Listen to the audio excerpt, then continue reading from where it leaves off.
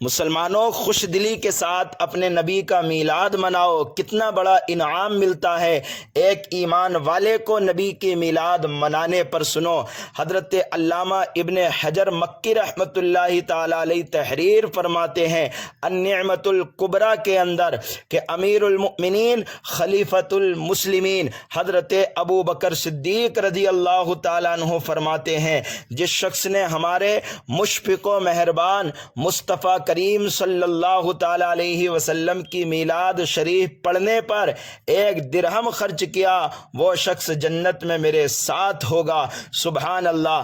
امیر المؤمنین خلیفۃ المسلمین حضرت عمر فاروق اعظم رضی اللہ تعالیٰ عنہ فرماتے ہیں، جس شخص نے ہمارے رحیم و کریم آقا صلی اللہ تعالی علیہ وسلم کے میلاد شریف کی تعظیم کی، گویا کہ اس نے اسلام کو زندہ کر دیا۔ حضرت حسن بصری رحمۃ اللہ تعالی علیہ فرماتے ہیں، کاش میرے پاس احد پہاڑ کے برابر سونا ہوتا تو میں آقا دو جہاں صلی اللہ تعالی علیہ وسلم کی میلاد پڑھنے پر خرچ کر دیتا۔ یہ ہے حضرات محترم صحابہ اکرام اور تابعین کے جو ہے جذبات میرے آقا صلی اللہ تعالی علیہ وسلم کے میلاد کے تعلق سے۔